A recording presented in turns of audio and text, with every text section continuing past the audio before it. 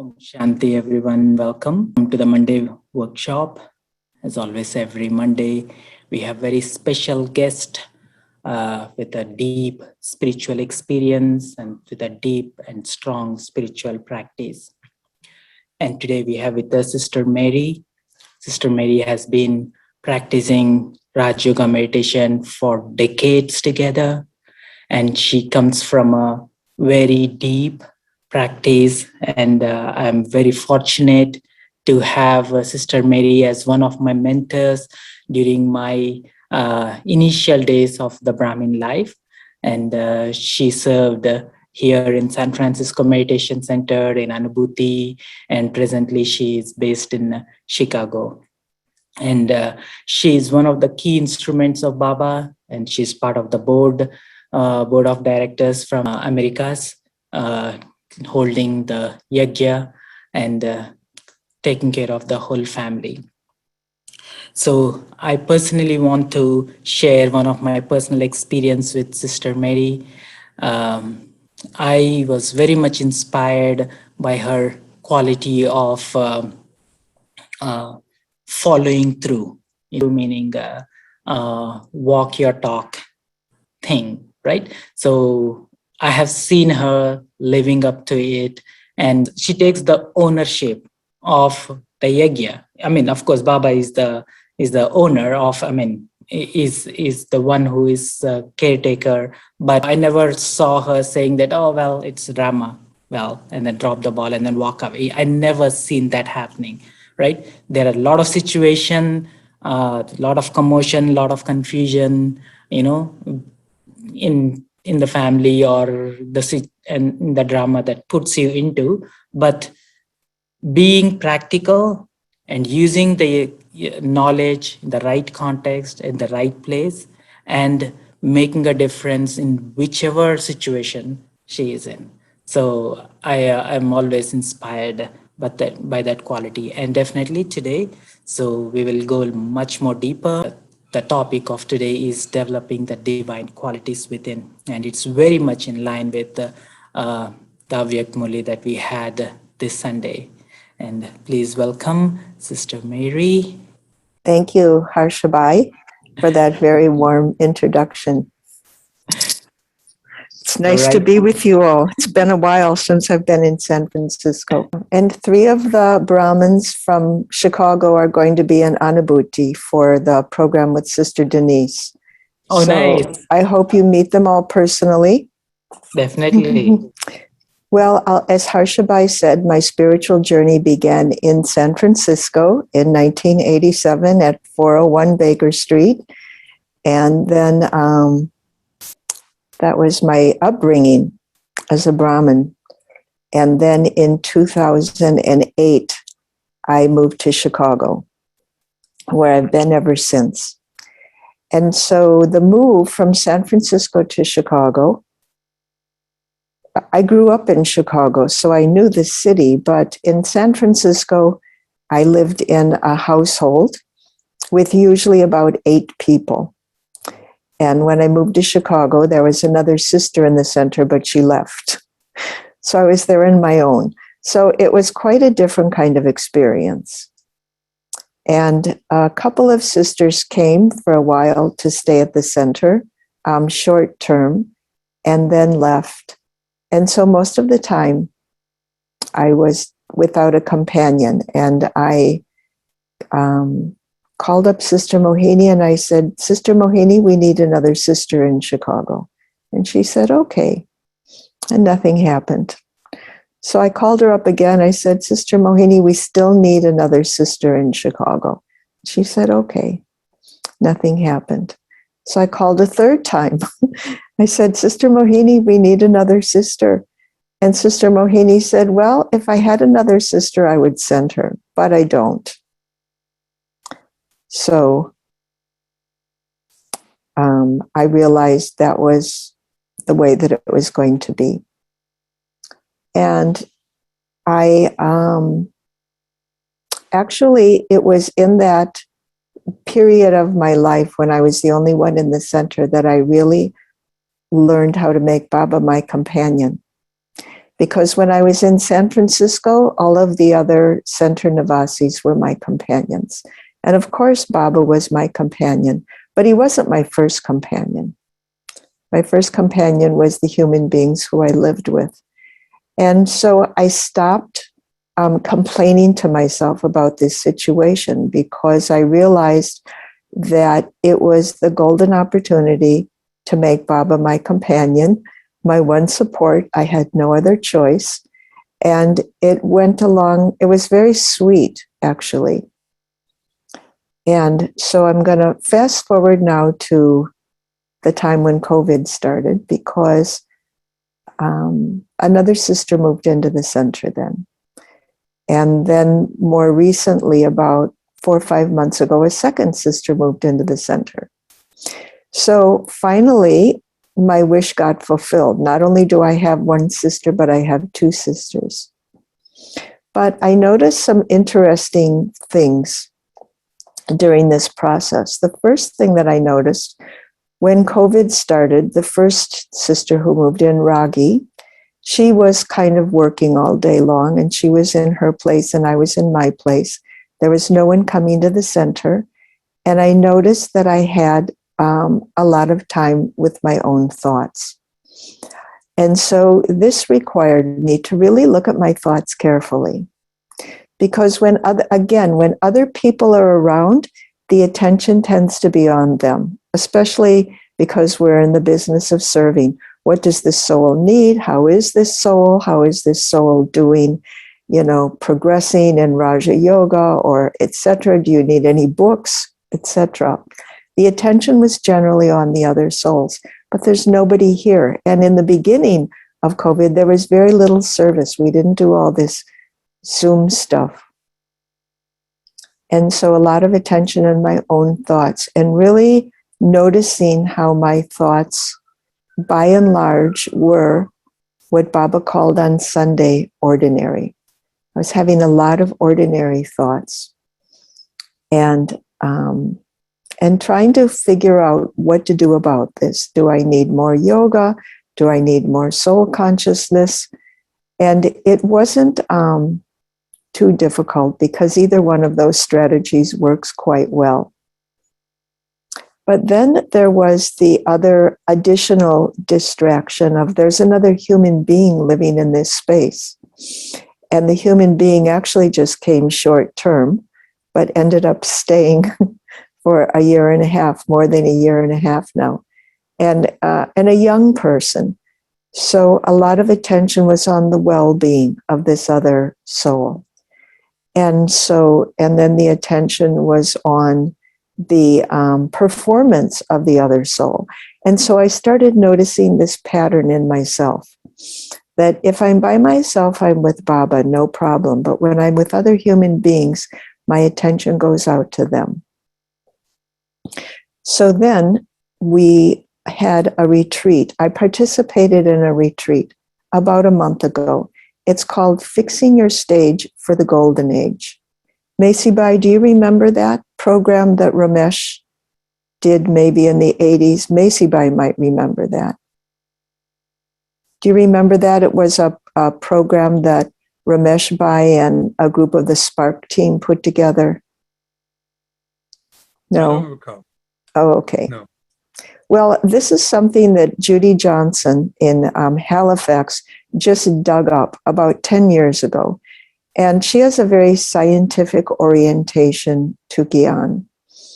And so in this program, Ramesh asked the question. He's, for some of you who are new, he was one of our main senior brothers, and he was particularly motivated to understand Gyan from a scientific perspective. So this group Spark, Spiritual Application Research, they started studying the Murlis in order to find out what exactly Baba says we have to do in order to get a good status in the Golden Age. And the results of their studies were really amazing. They went through the 4 subjects, and for each one of the 4 subjects, based on Baba's Murlis, they created a set of questions. And for each question, you got to rate yourself from number 1 being the lowest to number 9 being the highest. And then you gave yourself a score. And it's called an assessment.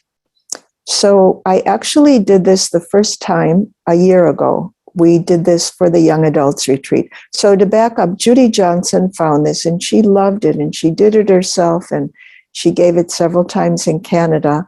And then we asked her to do the young adults retreat in 2020. It was going to have to be online. So she suggested this as a kind of retreat that could be done online. And I did it along with them. It was really good. I got a pretty good score, not as good as I would like, but a pretty good score. And then we offered it now this year for the entire Midwest Brahmin family. And I was very excited about taking this again. And I was particularly excited about seeing how much my score had gone up. Well, to my surprise, my score had gone down, not up. And so I had to really look at, why did my score go down? I think one of the reasons is because I understood the questions a little more deeply this year. And so maybe I didn't give myself such a high score. And another reason was because I was going through a lot of personal stuff. And so that definitely would have depressed my score in all 4 subjects. But what I realized after my initial shock was that actually the best thing that could have happened was that my score went down, because my score going down motivated me tremendously to make serious and deep effort in all of the 4 subjects. I realized that one thing that can happen when we've been in Gyan for a long time, we make an effort and then we say, okay, I've done that. And then we make an effort, okay, I've done that. But according to this assessment, and it's so accurate, according to what Baba tells us every day, is that you have to consistently make the same effort over and over and over. You can't coast in Brahmin life. And so the score that I got was close. So you get these categories. When you give yourself the assessment, you add up all your scores, you get a big number, and your number tells you where you will stack up in either the golden or the silver age. Starting with the lowest number means you'll take at least 1 birth in the silver age, and the highest number means you're one of the 8 Narayans. So my score was close to taking a royal birth, but I wasn't quite there. And so I said, okay, what I really want is to take a royal birth. And I'd never been interested in status before, but I started understanding it's not really about status, it's about attainment. But I really wanted that royal birth. And so I started, first I looked at all the 4 subjects. Okay, what can I do to raise my score in Gyan? And what can I do to raise my score in yoga? And then I said, no, this assessment is not the practice. What is the practice? And I told myself the practice is royalty. And that was going to be my main effort. What does it mean to be royal? And so I first looked at it in terms of the way that Baba described the royal family, that to be royal means to be a bestower, to take responsibility, to be big-hearted, etc. And then I started realizing that even though we sometimes call royalty a virtue, actually royalty is a whole collection of virtues. It's a really big collection of virtues. So I started noting, what are all these virtues in royalty? Many different things: lightness, respect, integrity, focus, being genuine, being gentle, being content. And I started just focusing. Every day I would take 1 or 2 of these qualities. And I really enjoyed looking at royalty this way. And after about a week or so, I decided it's not about having a royal status. It's about having a royal character. This is what Baba is creating within us, a royal character. And he says that actually every single one of us, everyone who's in the golden age or the silver age, has a royal character. And so this took the pressure of performance off me, and it gave me a deeper understanding of what exactly is Gyan all about. It's about having a royal character, but I have to really understand the knowledge before I can have a royal character. And I have to have very good yoga, because there's a lot that's ordinary and even negative left in my sanskars. And that all has to be burned out. And definitely dharna. But dharna, as Baba said, I think either yesterday or sometime recently, dharna means inculcation. It means, as Harsha said, really walking my talk. Dharna doesn't just mean making a list of virtues and then experiencing them. It actually means putting the virtues into my life. And then, of course, seva. Baba very beautifully said that seva means giving happiness to others. In today's Murli, anything that we do that gives genuine happiness to anyone is seva. So I started seeing how actually all the subjects were integrated, and to just pick one subject, it's not going to work. To just try and increase one score, it's not going to work. But I need to really embrace this quality of royalty. And of course, as Harsha said in Sunday's Murli, Baba talked about divinity, which is so connected to royalty, that Baba wants every single vibration that comes from his Brahmin children to be very, very special. He said divinity, and he also said later in the Murli special. And sometimes he says elevated. And so royalty is a combination of all of these. Divinity, specialness, elevated, all creates this civilization where everyone is at the highest level of consciousness. And so as a Brahmin, working on my own royalty, one tool which Baba gave me is the divine eye. And the divine eye means that I can look at other Brahmins and I can see the royalty within them. And even those who are not Brahmins definitely have some of the qualities of royalty. But Raja Yoga then took on a completely different meaning for me. The Raja Yoga means that I am in this community of royal beings. And Baba said in today's Murli, in the blessing, he said, royalty is not just something of the golden age. In the blessing in today's Murli, Baba said that royalty is actually a characteristic of Brahmins. Brahmins is royalty, Baba said. Every thought, every word, every action of Brahmins can be royal. And he said that it can be royal provided that I maintain my elevated self-respect. That my self-respect comes only from that which has come from Baba, not from anything else. And so when I read this blessing this morning, I said, yes, royalty, this is my thing. But to be royal at the confluence age, not in the future. This is a little bit tougher. But the method that Baba gave was very simple. I am the light of Bap Dada's eyes, and nothing else can get in my vision. And so I started to realize that what prevents us from being royal or elevated or divine is that we still take out of habit a lot of self-respect from the ego.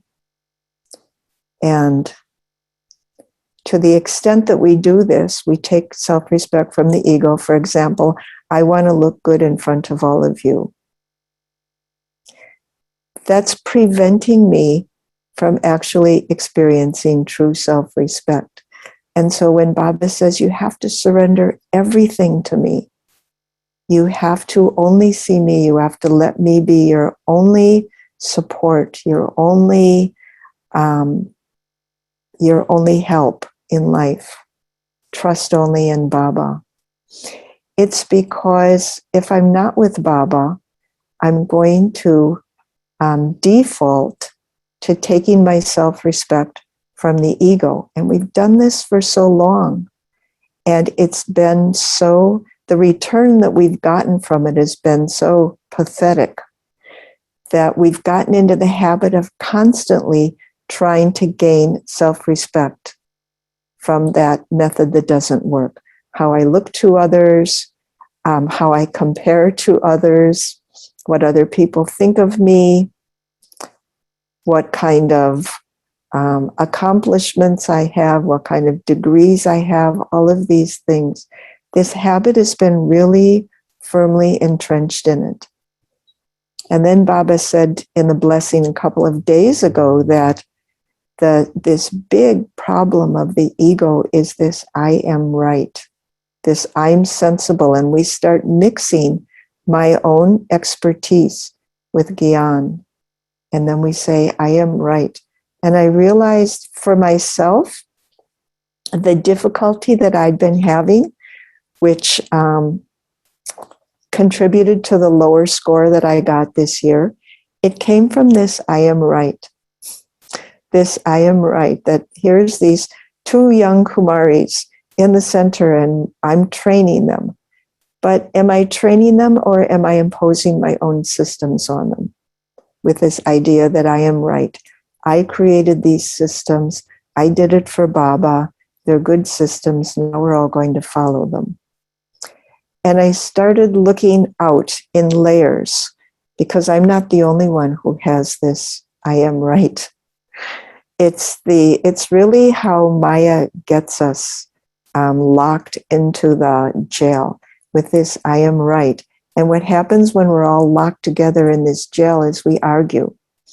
And so if we look at a large level, we look at what's happening in Congress. It's people, two sides of the aisle, and on both sides there is this I am right. So I'm not going to budge. I'm right. And things have to be my way because I'm right.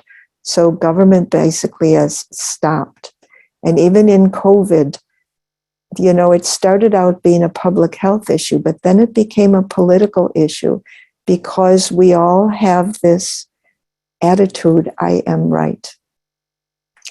And so I could see on a large level how this was happening. And then I could also look inside myself and see, yeah, this is what I'm doing. I'm constantly walking around with this attitude, I am right. And I said, Baba, I've got to do something about this because this is what's really holding me back. And the second part in the blessing a couple of days ago, Baba said this, I am very sensible is the way that he said it in the blessing. But the second part is, if anyone notices or comments on anything that I do that's not right, I get upset because now I'm challenged in this belief that I am right. And so I go back and forth between arrogance and low self-esteem. And so Baba is giving us a form of self-respect that is fail-proof. It's the perfect form of self-respect. Baba says, just consider yourself to be a soul and have your self-respect based on your intrinsic qualities as a soul, and then all of the things that Baba has given you. And on Saturday, the first thing he said to us, I'm seeing my Raj Dulari children. What could give me more self-respect than that? I don't think anything could. And so this process now of royalty has become for me really disinvesting in self-respect from my ego, not allowing myself. Sister Denise would always describe this as being detached. Is she, by the way, is she there yet? Harsha Bai? Yes, yes, She's in Anubhuti? No, she's here in San Francisco. Oh, she's here in San Francisco. Okay, well, give her a very, very warm Om Shanti from me. Definitely. I think she's in another class or something going on. Yeah, probably. So what she would describe as being detached. I have to be completely detached from this character in the drama named Mary. And Harsha gives the character named Mary a wonderful introduction, but the soul inside the character has to stay detached. Because otherwise, the soul will be very sensitive when one of my housemates points out something that I did that's wrong. There's a disconnect if I'm identifying with what people see in the character.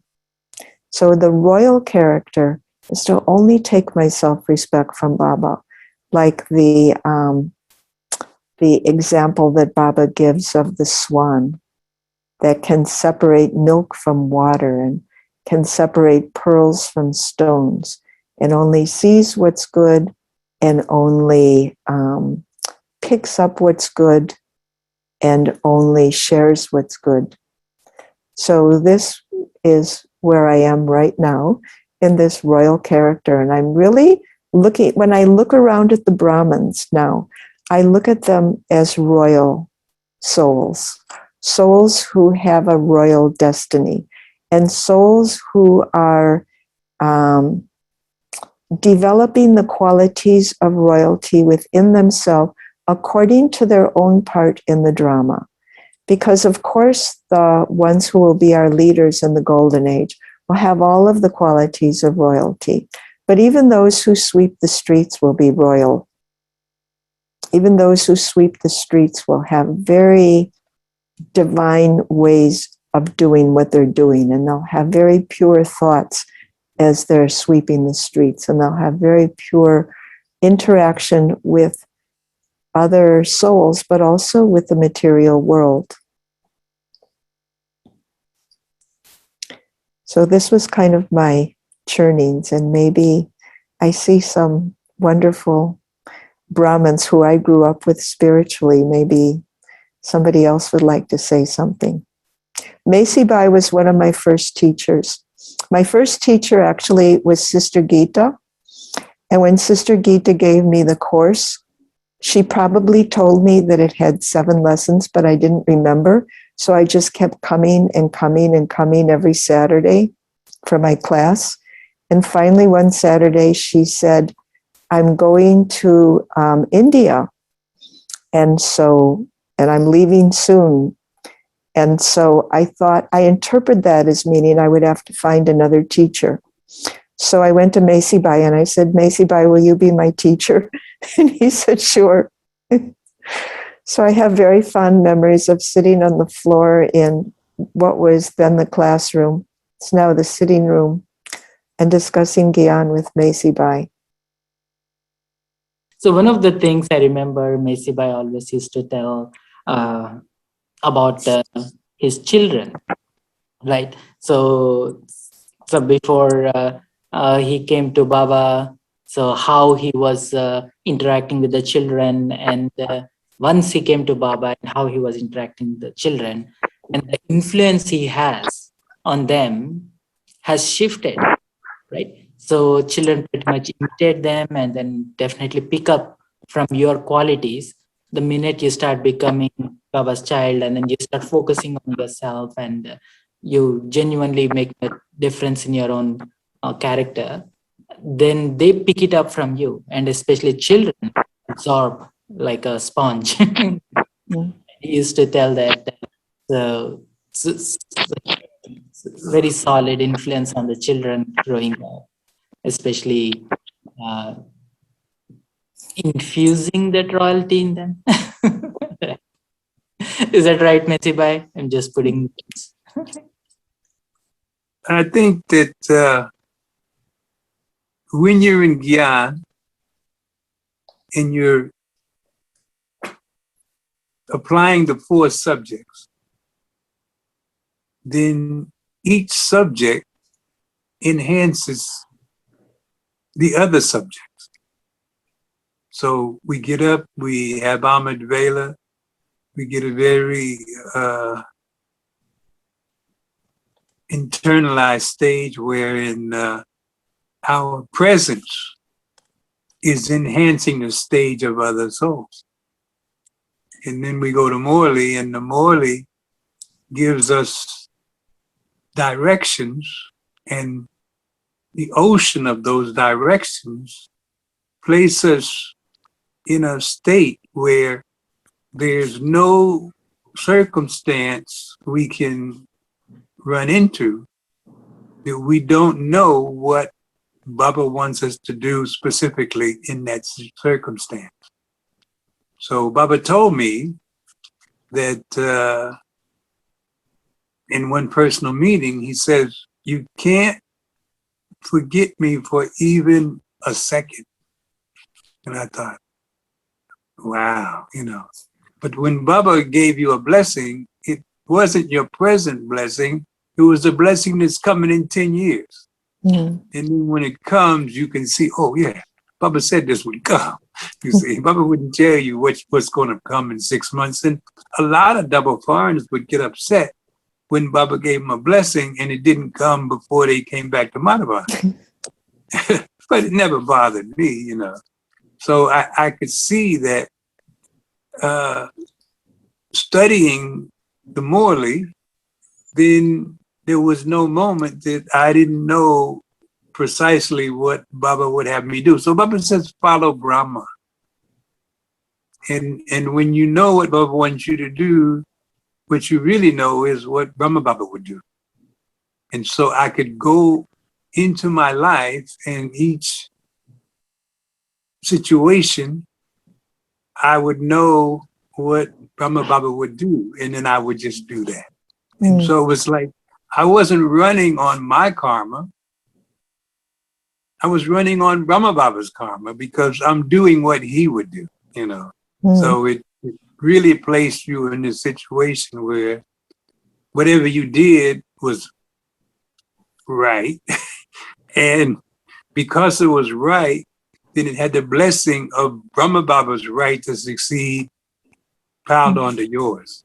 So this is the way it affected my life. And I was thinking today with the Morley was leading me in a certain direction, that every time I ran into an obstacle, all I had to do was remember Baba. All I had to do was go into seed stage yoga, and the obstacle would either go away or the obstacle would show me how this was the perfect moment to pay off some karma, and I enjoy paying it off. So and I was thinking about it today that every time I remembered Baba, then magic happened. But the magic didn't happen because I was remembering Baba. The magic happened because I was having good dharana, good yoga, good study, good service. If I wasn't doing all 4 of those things, then it wouldn't happen. But then if I'm doing all of those things, then in turn, if Baba's company and the flavor, I'm going to flavor, just the rightfulness that Brahma-Baba had to lend me success.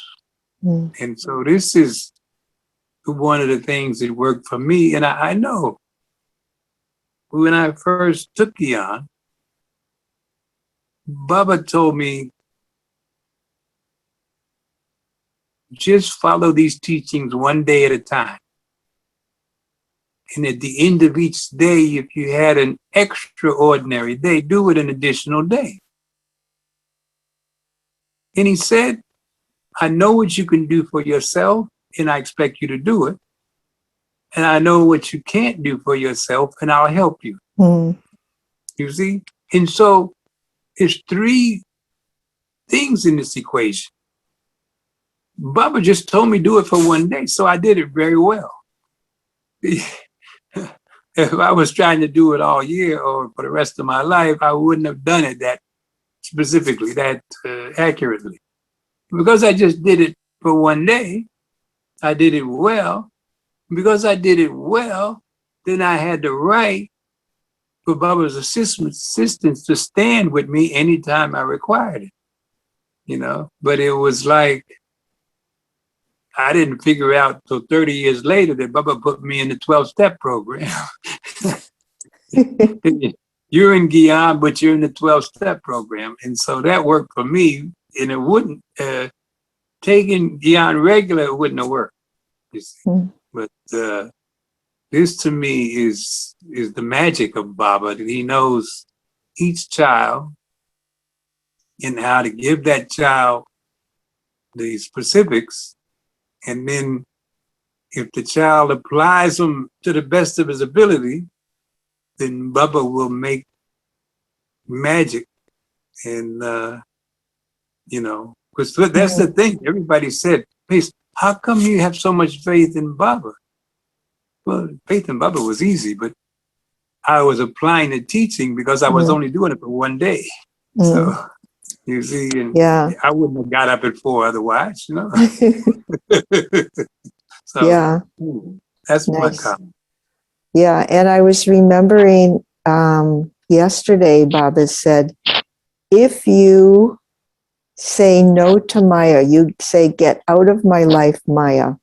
He said, every time you do that, you will get extra help and blessings from Baba. And it's one of those kind of, you know, just take one step, but take a firm step. I think this is what I've learned that Baba likes, is when we take a firm step, not we kind of take a hesitant step and say, well, I'll see. But you take the firm step. You say, Maya, I say that all the time. I still get Maya, but I say that all the time. I say, Maya, get out of my life. You're not running my life anymore. I don't have any need for you anymore. And your days are numbered. One of the keys for me is Baba says, if you show courage, you'll help. Which means there's a lot of Gyan you can apply and no courage is required. But every once in a while, you'll come into a point where real courage is required to do what Baba needs you to do. And then if you do it anyway, see, then Baba's magic will be there, you know? And so Baba's not guaranteed he's there just anytime you're walking down the street. But if people put guns on you, then okay. Show proper courage and Baba will fix it, you see? So one more question that came from Kalpana is like, how do we catch ourselves from getting trapped in this ego consciousness of feeling I am right? Yeah. Yeah, and it's a question. It's a very good question. And the first step is to just be aware that this is what I'm doing. And when we're caught in it, we're not going to recognize it, because everything in me tells me my way is right, and you need to do things my way because my way is right. But of course, you're not going to see it that way, and you're going to either resist, or you're going to give me another response, or you're going to walk away. But somehow you're not going to say, oh, yes, very good, your way is right. Even if you do say that, your energy is going to say, you're nuts. So the first step for me is, when that situation is over and I'm back in soul consciousness, to recognize what I was doing. that yes, I think I'm right, but there's a lot of other people out there and they're also right. And the way that I got out of this situation myself was I said, actually, there's only one being who's right, and that's Baba. And so I would go to Baba and I would say, Baba, you're right. And so anything that I take from you is right. But anything that comes from my own ordinary intellect or my own worldly experience, I can't say it's right. And so then I started monitoring myself when that feeling comes up again. And there's kind of a little bit of tension or a little bit of rigidity that comes along with this belief, I am right. And I would just go to Baba and say, Baba, you're the only one who's right. So you give me some virtue or you give me some guidance that's going to be right for this situation. And usually what I get, the return that I get from Baba for that is be loving, be respectful, be accepting. And so I'm really learning how to just turn the train around and recognize that what Dadi Janki always said, the relationship is more important than the service or the activity or the result or the outcome or anything like that. What's right is having a royal personality, treating others as royal beings, and having a good experience for everyone. Thank you. So one more question around the similar, practical aspects, right? One of the real situations that we come across where Baba is, when we look at the sanskar collisions, especially, right? Some people come from a very task-oriented and some people come from a very people-oriented, right? And definitely when Dadi Janki says that put priority to the relationship over the task, and task will come and go, right? And in that situation, when, of course, Brahma puts us in such a place where you'll get to interact with different variety of people with different sense of what is right? And what is not in a priority list, right? So when and of course, drama has to move on, yajna has to happen, things has to move on, right? So we cannot just drop the ball and then say like, oh, thank you very much, you are the sweetest one on the earth. And when you move aside, we need to get things moving now. So we can definitely do that and then get things moving. And definitely after a point, relationships will get sour in a way, but things has to move on, right? And where do we find the balance that, yes, let's totally drop the ball and then just start being a people pleaser, right? In the name of keeping the relationship. Or when do we say that, no, I got to push my way through, get things done, and burning all the bridges, right? Yeah. Well, I tend to be task oriented, and I'm living with a sister who's people oriented. So I am constantly reminding her about the task, and she's constantly reminding me about the human contact aspect of it. And so I am seeing that when there are tasks to be done,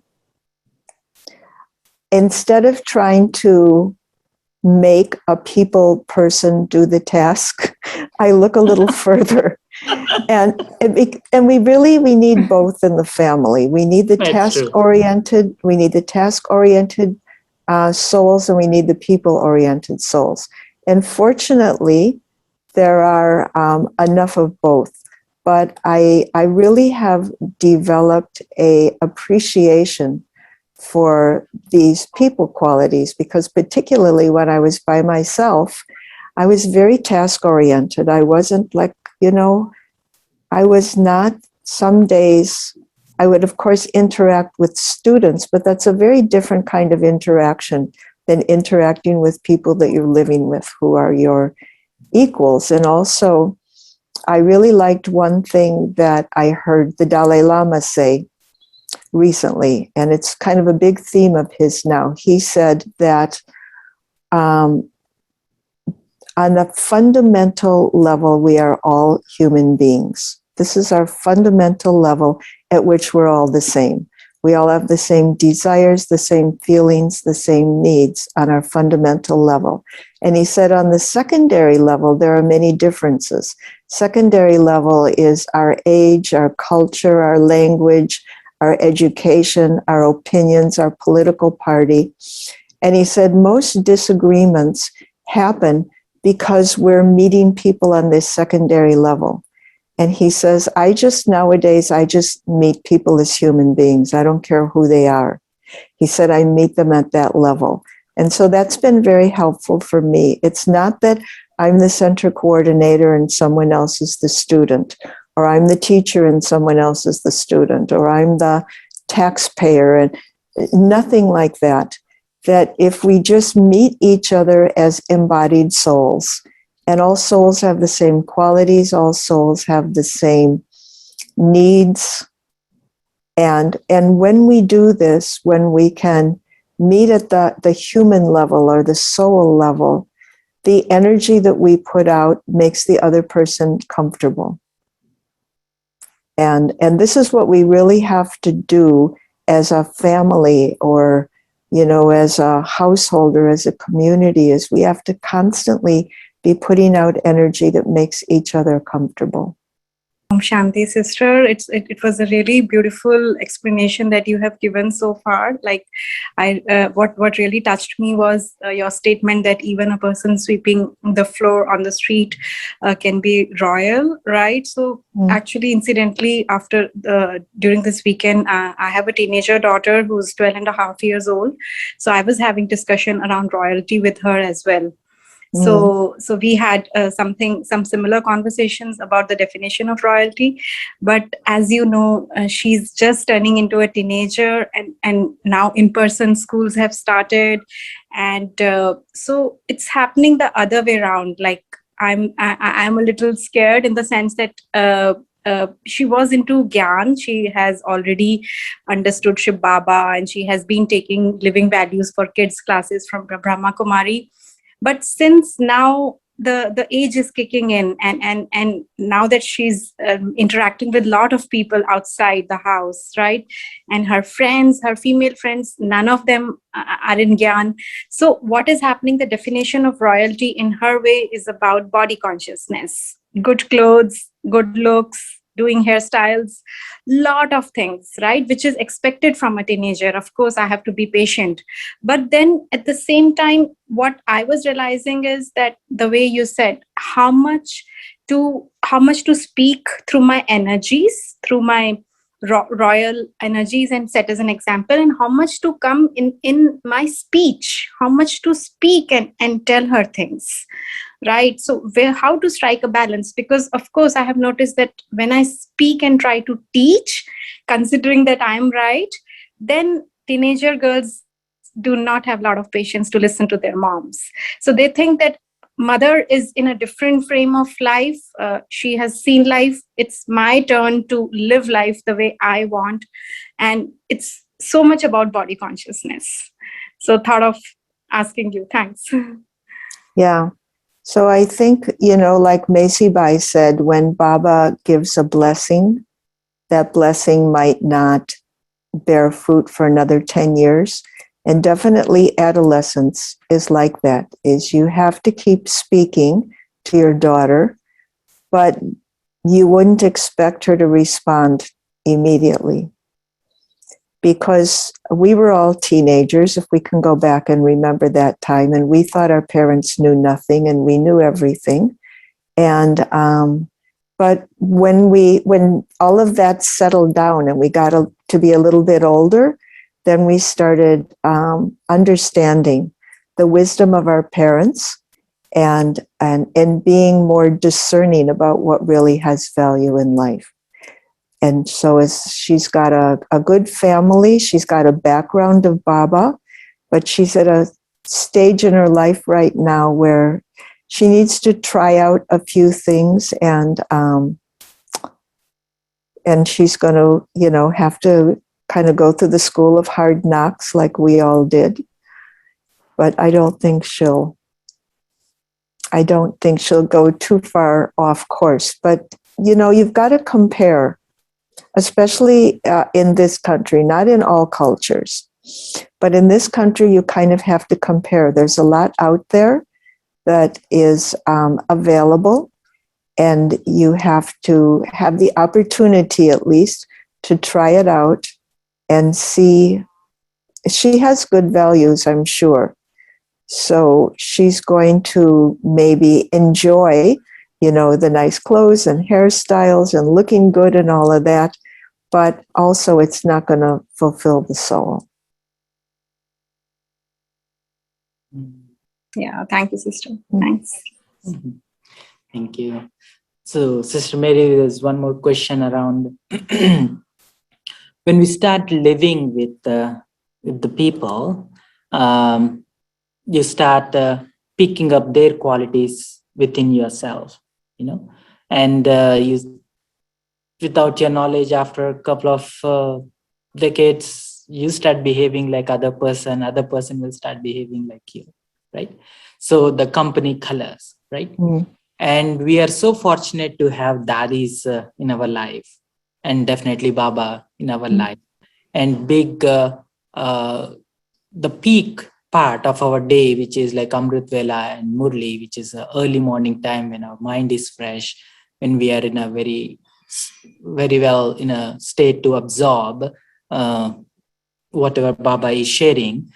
So we have a fortune of spending time with Baba, right? May not be physically, but with our heads and hearts, we are with Baba.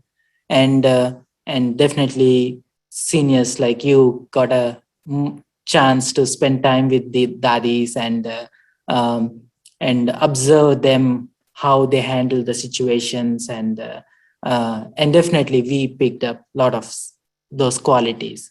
Would you like to share some of the qualities of daddies that you really appreciated and then picked from their journey? Yeah. All of the daddies are such good role models. But first I want to mention, I really like the concept that Macy Bai described of riding on Brahma-Baba's karma. And I never really thought of it that way, that when we follow the seniors, that's really what we're doing. And of course, I would say Dadi Prakashmani. The first time I met Dadi Prakashmani, I was going to Madhuban with Chandraben, and they were down in Shantivan then. And so Chandraben would always, the first thing she would do when she arrived in Madhuban was to go and say hello to Dadi Prakashmani. So we pull up at Dadi's cottage, and there's a meeting going on of all of the seniors. And they're all sitting around, and they've each just been given a plate of fruit. So Chandraben and I walk in. I'd never met Dadi Prakashmani before. And she tells somebody to bring each of us a plate of fruit, which they do. And everybody else's plate of fruit, in the middle of the plate is a big strawberry. And they must have run out of strawberries, because Chandraben and I didn't get a strawberry. And Dadi Prakashmani noticed this, and she took the strawberry off her plate and put it on mine. And so that awareness, like aware of everything, and nothing is mine. I really loved that quality in her, that complete openness and that generous heart. And also I remember Dadi Prakashmani just sitting in the courtyard in Pandavavan, And I was very shy. I was one of these people who thought I couldn't possibly, go and talk to a Dadi. But she just smiled and nodded everybody. And so, I was like a kind of, in a way, a scared pet. and I was willing to go up and say hello to her just because she was so kind and so accepting of me. And Dadi Janki, her quality, I always felt she was the perfect instrument for the West because she was the number one student and she told it like it is. And she didn't ever mince words. And I remember seeing a video once. It was at the Parliament of World Religions. It was one of the earlier ones, maybe Melbourne or South Africa. And she was being interviewed by a journalist. And Genti Ben was translating. So I was just getting what she said through Genti Ben. But Dadi was telling this person about the cycle of 84 births and that the world is going to be destroyed and then a new world is coming. And this is a journalist and, this is being broadcast live. And you could kind of see from the expression on Genti Ben's face, she's thinking, how am I going to translate this to this person? But it came out very beautifully. And that absolute faith in Baba, like Brahma-Baba had also, that absolute faith that God told me to give these messages to people. And he said, you got to have somebody be the mic. And it could be this person. So I'm not going to think about what he thinks. I'm just going to give him God's message. And I feel that's what Dadi Janki always did with us. She was kind and loving and generous, but she was very, very precise when it came to Baba's message. She didn't cut corners because she felt we were maybe too much of a beginner to hear it. Mm-hmm. And Dadi Gulzar's quality, I don't know why this is coming to my mind, but one time, the first time I met Dadi Gulzar, for some reason, Dadi Gulzar and Dadi Janki were in San Francisco at the same time. And so I was up in the sisters' floor when they had that round table and we were eating dinner and they made pizza because Dadi Gulzar really loves pizza. And Dadi Janki was on one side of the table talking. And Dadi Gulzar was on the other side completely silent, just eating her pizza. And I was sitting next to Dadi Gulzar. And so out of the corner of my eye, I was noticing how royal she was, how the way that she ate and the expression on her face and her aware of everybody at the table, but not thinking that she had to speak. She was there and she was very sweet, but she wasn't saying anything. And finally, Dadi Janki said, Dadi, you say something. And Dadi Gulzar said, I don't have to, you're doing the talking. And so that beautiful relationship between the two, and I would say with all of them, their relationship with each other was just like there's no other relationship on earth as sweet as the relationship of the Dadis. Beautiful. Thank you. I had a question. So was Dadi Gulzar in a soul conscious state where she didn't need to participate in the conversation? I think both of the Dadis were soul conscious, but they practiced soul consciousness in very different ways. And it's interesting how you look at the three Dadis, so completely different personality, but all completely following Baba's instructions through their own personality. So Dadi Janki connected with Baba and then shared whatever she'd been churning, whatever she's picking up from Baba. She was just sharing. She was only talking Gyan. And Dadi Gulzar also was always in soul consciousness. She completely surrendered to be Baba's instrument, which meant it was never on and off. It wasn't, well, this isn't the season now, so I can just relax and be myself. She was Baba's instrument all the time. She was always in soul consciousness and always with Baba. and always the instrument of allowing Baba's energy to flow through her to others. Janki would do it through words, and Dadi Gulzar would do it just through vibrations. I need to do more of the vibrations part. Thank you. It's so beautiful. So on that note, now that there is a good number of participants in the session who have taken course recently and then didn't get a chance to even go to Madhuban or meet any dadis, and dadis are leaving.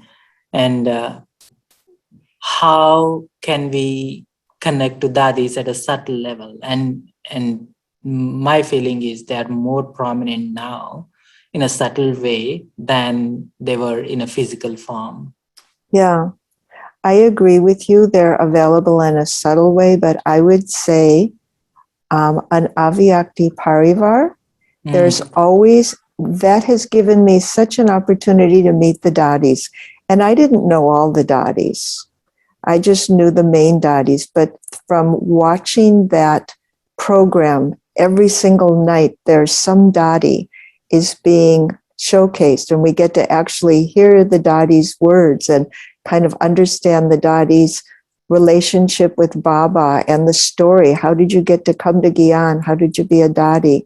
I feel that's a really invaluable way. I'm learning more about the dadis than I did when the dadis were alive, because I didn't have a lot of personal connection with the dadis. We would get to see classes with them in Madhuban, but like I said, some of these dadis, like Dadi Nirmal Shanta, I never really, I don't think I ever had a conversation with her, but I feel like I know all of these dadis. So I would say the first step is you can meet the dadis through Avyakti Parivar. You can even go into the archives and you can spend time with the dadis that way. And then as far as picking up subtle vibrations, I feel that whole advanced party and all of those souls who have left the body, these are seniors, they're still very closely connected with each other. And because sometimes Baba pulls them all into the subtle region, sometimes he just pulls some of them, but somehow Baba is orchestrating them as a group to sustain us. And so I think if we connect with Baba, we're connecting with the dadis as well. Mm-hmm. I think that's a big part of, they certainly would not stop sustaining us just because they left the body. That's so beautiful. The very thought is so comforting. Right. These are They're there still, for us. yeah. And sometimes when I go to the subtle region, I just decide that they're there and I see them all. So that's so beautiful. I remember, if you remember or not, we were coming together from Anubhuti or somewhere, and then I had this question that knowingly I know that there are so many things that I have done, and then there is so much burden and there's so much karma, and I have to settle so much stuff, and the very thought of that itself is so overwhelming. And I was sharing that with you, and then you mentioned a similar answer to what the Mesibai said: take one thing at a time. Just follow what Baba said and then enjoy it, and then rest of the thing Baba will take care. So you do what Baba is asking you to do, and of course the burden is too big of a pie to handle by ourselves, and Baba is there to help us settle our karmic accounts and all other sanskaras. Karmic accounts is one thing, and then sanskaras is a whole different game, right? Right. And of course the big bang will happen, and then everyone leaves the body, and then but sanskaras will not change, right? You may settle your karmic accounts because you went big bang or lose everything that you had and stuff like that, but sanskaras will not change. So I like what you mentioned at that time. It's like follow through what Baba said, and Baba will take care of that karmic accounts and all of this stuff. Right. And also, as Macy Bai said, if we take one step of courage, Baba guarantees that he'll give us 1,000 steps of help. So and sanskars are big things. So I just tell Baba, okay, I'm taking the first step. Now you do your part, and then I'll take the second step. And then you do your part, and then I'll take the third step. And I have no idea how to transform sanskars. But when you take one step, you can see what the second step is. After you've taken the first step and you've gotten help from Baba, then you say, oh, yes, this is the next step. Beautiful. And coming back to the transformation of the sanskaras on that topic, yoga is a big part of transformation of the sanskaras, right? And in order to melt that strong tendency, that neural connection that is hardwired, soften that thing up. So we need a lot of yoga power, that vibrations of Baba, that will help us to go or soften up that sharp edges in a way, and then melt it off. So when we are in Madhuban, the melting happens faster. When we are in our Laukik place and doing our Laukik service and Alaukik service, the acceleration may not be the same as what it happens in Madhuban. Right? So would you like to share something around the role of Madhuban in yoga and the melting of sanskaras and invoking the divinity within, divinity and royalty? Well, for me, I don't do extra yoga, but I make sure that Amrit Vela is very good. And when I'm in Madhuban, I love Amrit Vela. And for the last many years, when I've gone to Madhuban, I've been involved in the Double Foreigners program, which meant that I had to stay in Gyan Sarovar. I couldn't stay in Pandavavan. And my first thought was that I used to have, when I stayed in Pandavavan, I'd have 2 Amrit Velas. I'd get up very early and I'd go to the Tower of Peace. That would be my first Amrit Vela. And then as soon as they would put out the tea, I'd go and get some tea, and then I'd have my second Amrit Vela. And it was a very powerful time. So when I had to stay in Gyan Sarovar, I thought, oh, I don't think my Amrit Vela is going to be very good here. But I found actually, even sitting in the big hall, which I didn't really want to do, my Amrit Vela was very good. And I realized that when we, part of the power of transformation in our yoga comes from our commitment to Baba. And because I made that commitment to Baba, this is service, I was asked to do this service, then Baba can help us anywhere. You could sit out on the corner of Market Street if you had to have Amrit Vela there, and Baba would still make sure you had a good Amrit Vela. And so, but when we're in Madhuban, we're more focused that I really want to have a good yoga when I'm here, because I know when I get back, there's going to be too much more on my mind. I'm not going to be able to do it. And so, but now there's these souls, as you mentioned, who haven't been to Madhuban. Our opportunities in Madhuban will be different. It doesn't matter, because Baba always says, last go fast. And he says that you will all get special opportunities. For example, I just mentioned, we all have this special opportunity to meet all of the daddies through this team that has put together all of this footage of video and audio and and systematically introduced us to all of the dadis. Whatever the soul who cannot go to Madhuban, they'll get something. And I always remember the story that there was a brother in Germany who couldn't go to Madhuban. He was very ill, maybe old. And Dadi Gulzar went to Germany and he said, I'm never going to be able to go to Madhuban and meet Baba. So could you bring Baba here for me? And Baba came through Dadi Gulzar for that brother. So like I think either Macy Bai or Harsha Bai said, Baba knows each one of us individually and he will give us whatever we need.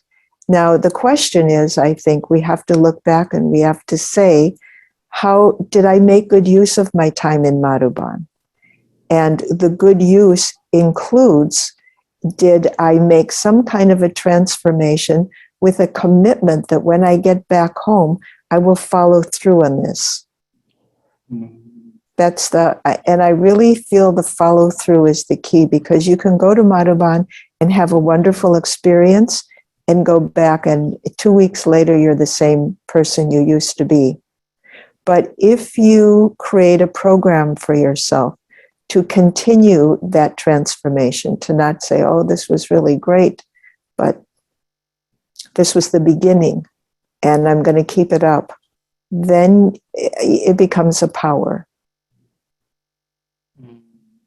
And it's the same with, Murli class. Best time of the day for most of us is Murli class. I mean, Amrit Vela is very good, but Murli class, we feel like I can do anything today. Look what Bob is telling me. But do we have a plan to follow through for the rest of the day? Because we know that our attention is going to be grabbed by all kinds of things. And if we don't have a plan, we're going to completely forget the Murli. That's very true. Having a plan and following through. Yeah, that is something that I'm going. So and it's very good to have a partner. The two sisters who stay here, they check in with each other in the morning, they check in with each other at night, sharing Murli points, discussing Murli, and they enjoy it. It's fun because they're doing it they're both people. They're doing it with somebody else. Yeah, that is beautiful to have somebody who can interact and then share. Yeah. There was one point, this was more than 10 years ago, and in the business world, accountability was a big deal, and you were supposed, and there were accountability partners. So in our Murli class, everybody got an accountability partner, and you would check in with your accountability partner at the end of the day and say to what extent you practiced the Murli during the day. And then we just kind of stopped doing it. But my partner was a sister who did not speak very good English. But nevertheless, we talked every day. We shared Murli points. And we just kept doing this year after year after year. And eventually she moved to Indiana, and she still called every day to share Murli points. Her English got very good, and it was like a lifesaver for me because she'd call like mid to late morning about that time where I would really be wrapped up in, meetings and things like that. And now she calls and she gets to share with the other two sisters in Hindi, which is much better for her. But for like 12 years, she's been calling every day to share Murli points. And I always prepare myself, even though I'm usually not the one she talks to, I always prepare myself. What are the Murli points that really stuck out in my mind today and that I really want to practice? So it's good to involve somebody else. And also, it's wonderful sharing Murli points at the end of class, but that doesn't guarantee that we will practice them. So what we do in Chicago is at the beginning of Murli, we share what we actually practiced from the day before and what the experience was. Wow. Rather than sharing at the end. That is beautiful. That is beautiful. So one of the things that we do in San Francisco Murli is we do have a sharing at the end. I generally record the sharing part separately so that I can load it, and then Yeah. at the end of the week, I go for a long bike rides and stuff, and then I get a chance to listen to all of those churnings. Yeah. Good. It's Yes. beautiful. We learn from each other. Yeah, it's really beautiful. So on that note, if you can lead us into meditation, or transport us into subtle world, or into Mandan, or into Dadi, that will be beautiful. Okay.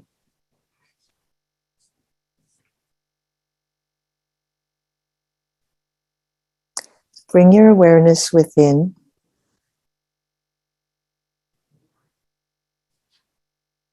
Into the inner place of silence and stillness.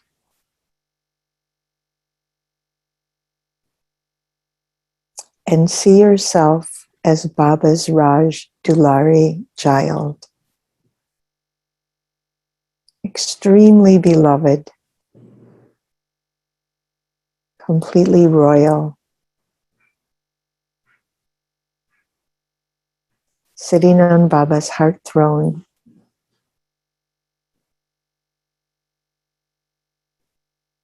A master of the self.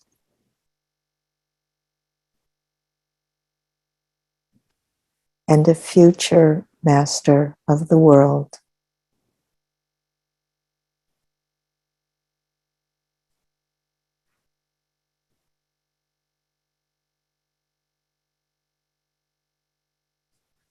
And now see yourself in the subtle region with Bab Dada.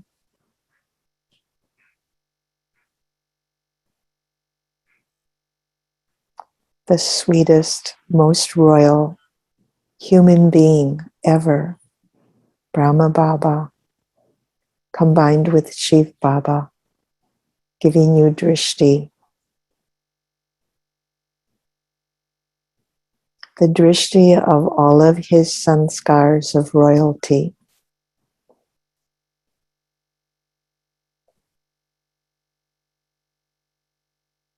This is our inheritance.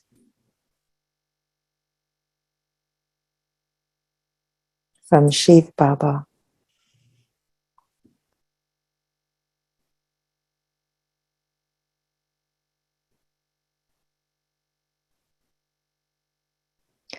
And see all of the dadis who have claimed their place in the rosary. All of the senior dadis and dadas. See them all there because it's a family.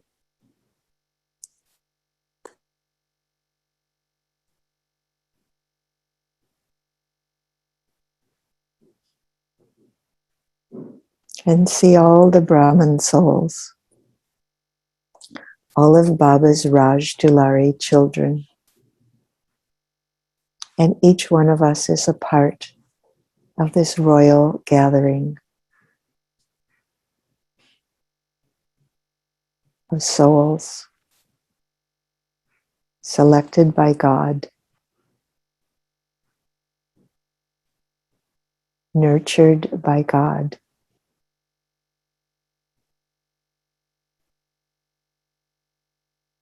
And each claiming our own place in the golden age.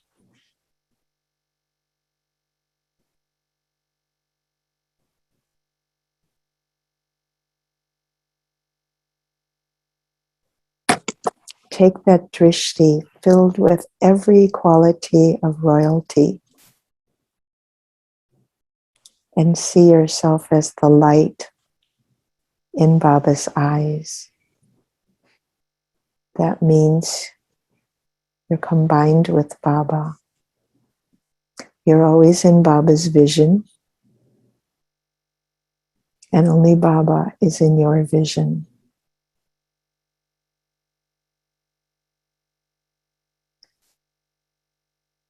Our future is fixed. It's wonderful. Baba is with us.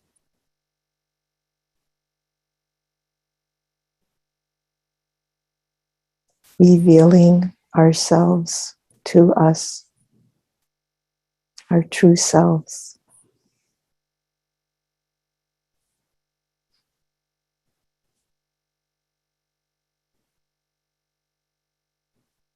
And stay under the canopy of Baba's protection.